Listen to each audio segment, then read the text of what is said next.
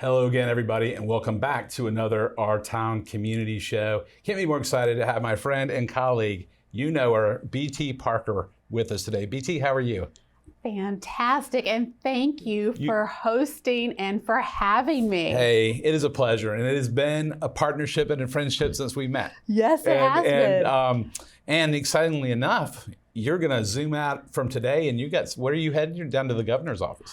Down to the governor's office as soon as I leave here, so he'll be swearing me in. Congratulations. In about an hour. Congratulations. Yes, I'm excited. So even though you might see this a little bit later, we're taping live, but let's wish BT well with the traffic. Yes, exactly. Well, let's jump right in, BT, because we've got 15 minutes. Tell us, our audience, for those who don't know you, just a little bit about yourself, your family, your friends. Let's just start there.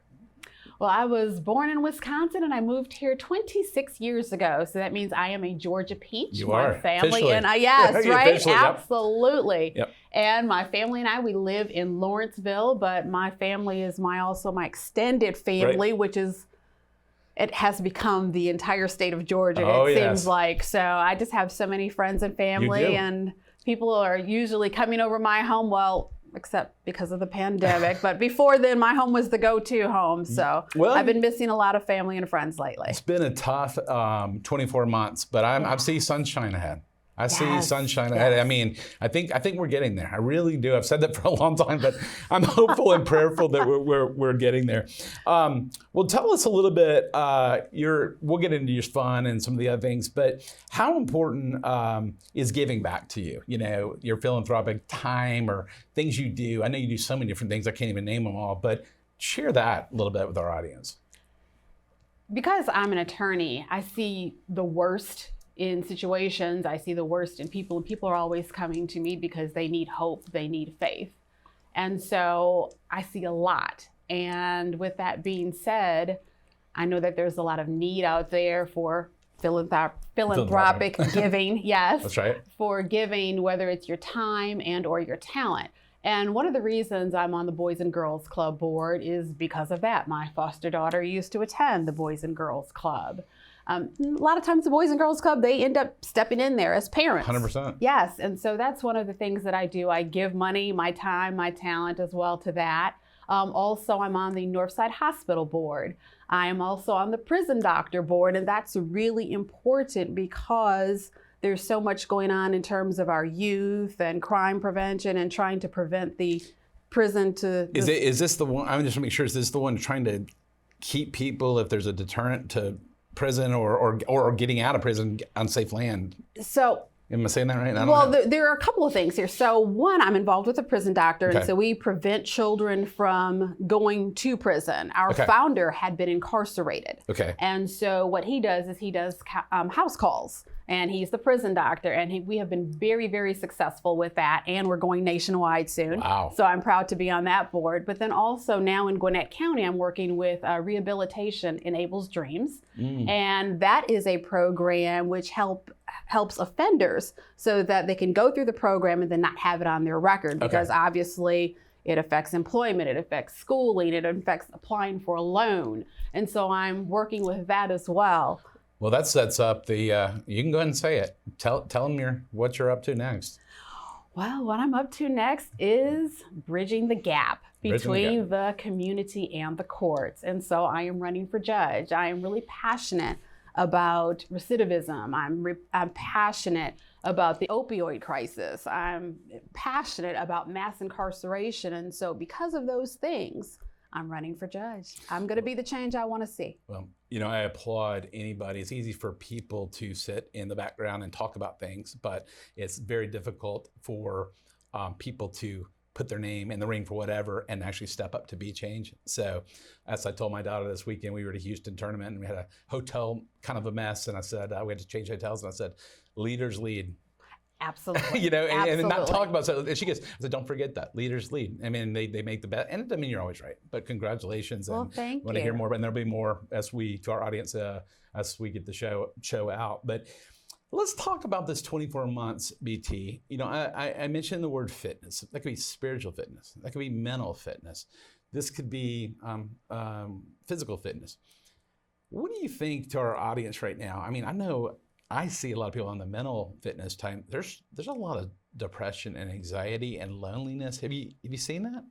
I have, unfortunately, and my sister, who's a psychologist, she's seen it a lot as well, and my cousin, who's a psychiatrist. So, you're getting sick. Exactly, you're getting reports, yeah. exactly, and even our young people, they've experienced it. And then you've had all these different issues with masks and wearing them and not wearing them, and children not being able to socialize.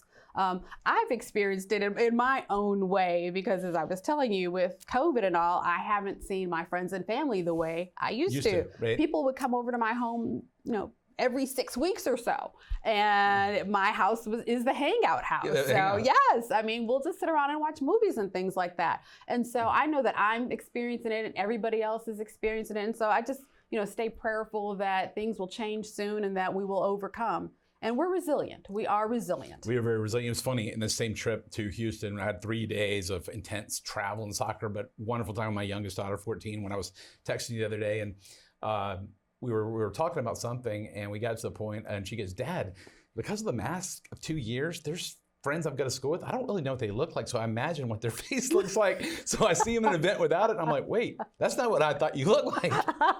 And it was from the mouth of a 14-year-old. It's really true, right? Because if you sit and think about it, and you've seen somebody in the classroom, they've had a mask constantly, and they've changed a lot at that age. Yes. And all of a sudden, you take it off, go, oh. Right, she goes, it didn't match my mental map. I thought that was interesting. The mental map, yes, the mental map, absolutely. The mental map, but the spiritual side, the physical side, it's been like you said, you and I are social type people, and I've continued to stay busy during the 2 years and do whatever I didn't want life to go by and miss it, because you couldn't just miss 24 months because nobody thought we'd be talking about this 24 months later. Right. But, but doing those things, you were talking about it's real.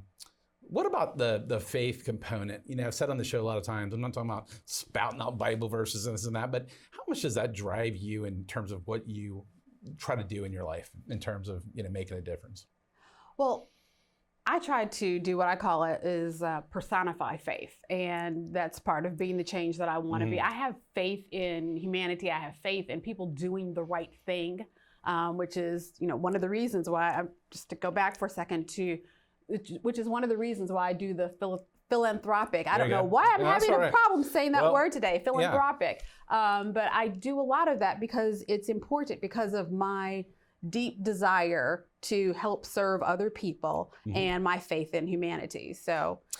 And you see it. I mean, because I know through some of the magazines we've done different things together, but I'm always seeing, you, and I just want to give you this, you're deeply invested with your time and your actions. So again, you're living it. And people, if they say, well, what's different about this person, whatever, you can kind of come up and ask. But I think it's a lot more powerful than telling everybody and not doing it. So truly, kudos. Because truly, you and I both, when we look at our schedules, wow. I mean, that's for some people, that's a little overwhelming. You were telling me you were doing this. I'm like, oh, no sweat. You got 30 minutes to make it to the governor's office. Right, we'll do it. And then I've got 2 board meetings later on and today. I looked at them like, it's all in a day's work. But, I am so proud of you. Yeah. I mean, think about it. Your magazine, radio, television. I mean, you are doing it. You are speaking with your voice. Thank you. And that is impressive. Thank you. You have been a blessing to Gwinnett. Well, that means a lot. I get goosebumps when people say that. God gave me a platform, and many platforms I've been blessed with, and I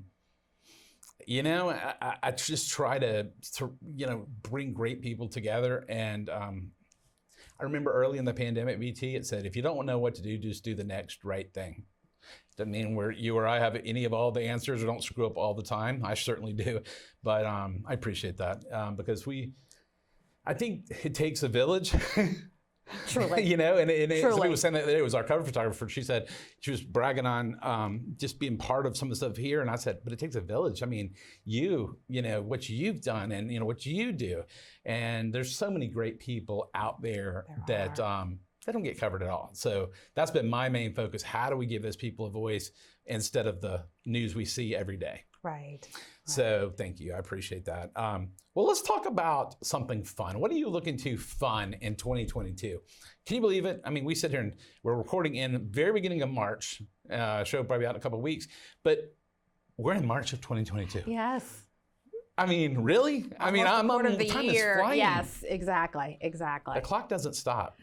No, it doesn't. Yeah. Even for you and me, we go a million miles an hour. Do you feel that way though? You look at the calendar and go, but we're in 2020. Right. I feel like I'm 27 and still, time just keeps going on and the clock is telling me something different. There you go. Well, I got a 22-year-old. I don't know how I pulled that off, but it's no, I know. It's very, I think I'm becoming more and more cognizant every year goes by of just going, wow. Absolutely. Because it used to be when we were younger, you'd look at it and you just felt like you had this endless amount of time, and you start to go, geez, right. I mean, I've really got to, I know you're a lot about legacy and making change, what you want to leave behind, but there's no time that's given for sure. And I don't remember that. I need to remind myself of that, but it's, but what are you looking, what's something fun you're looking forward to this year? Well, let's see. Besides me being a foodie, so I have fun every day because I'm looking for interesting places to eat and interesting foods to eat. But besides that, one of the things I enjoy doing is dancing. Oh yeah, that's right. And so I will be dancing at the Aurora Theater. Oh my goodness. June 18th. Between 2 a.m. and 4 a.m. From 6 to 9 p.m. Dancing Stars of Gwinnett. Oh, how cool. So we're looking forward to that, and the proceeds are going to Gwinnett Chat Outreach, and they're trying to get some money in for our young people to mentor and to get some transportation, and so it's going to be a great event. Dude, so I'm looking forward to it. That is awesome. Well, that's I'm always looking, as you look for. There's so many of these stories, things, and people. I think I happen to know every story in Gwinnett County. I don't. I do not. But when people tell me, I'm like, yeah, we can cover something positive. People they go, oh, that was great. We didn't know about it, so I might have to do something on that. But what are you excited about for the future? I mean, you just named a ton of things. But what are you excited about as it gets to warmer weather and feels like this week we're getting to that warm weather? And you said from Wisconsin, so you don't do you like the cold or not so much? Well, I do, kind of, sort of. I like the snow, but I'm not in the snow. Yeah. But do you like to go back to the warm? I do. Yeah. I love it here. I do. I mean, and I'm every year goes by, I'm getting colder and colder. My hands and my feet. So it's one of those things. But what are you most excited about? What are you hopeful about for humanity, locally or whatever in 2022? Well, a couple of things. One, March 16th, I am looking forward to a multicultural event that we're having. I'm one of the I am the ambassador in Gwinnett County for Multicultural Affairs. And so I'm looking forward to the unification of the cultures to come together on March 16th. So I'm definitely looking forward to that. And one of my big things these days, it's just bridging the gap between the community and the court system. I'm very much looking forward to that and seeing what kind of change we can make. Well, I want to say about you epitomize what it's about to be a servant leader and a person who puts everything out there to help other people. So I want to applaud you of the difference you make, and we'll obviously let people know about some more upcoming stuff you were talking about.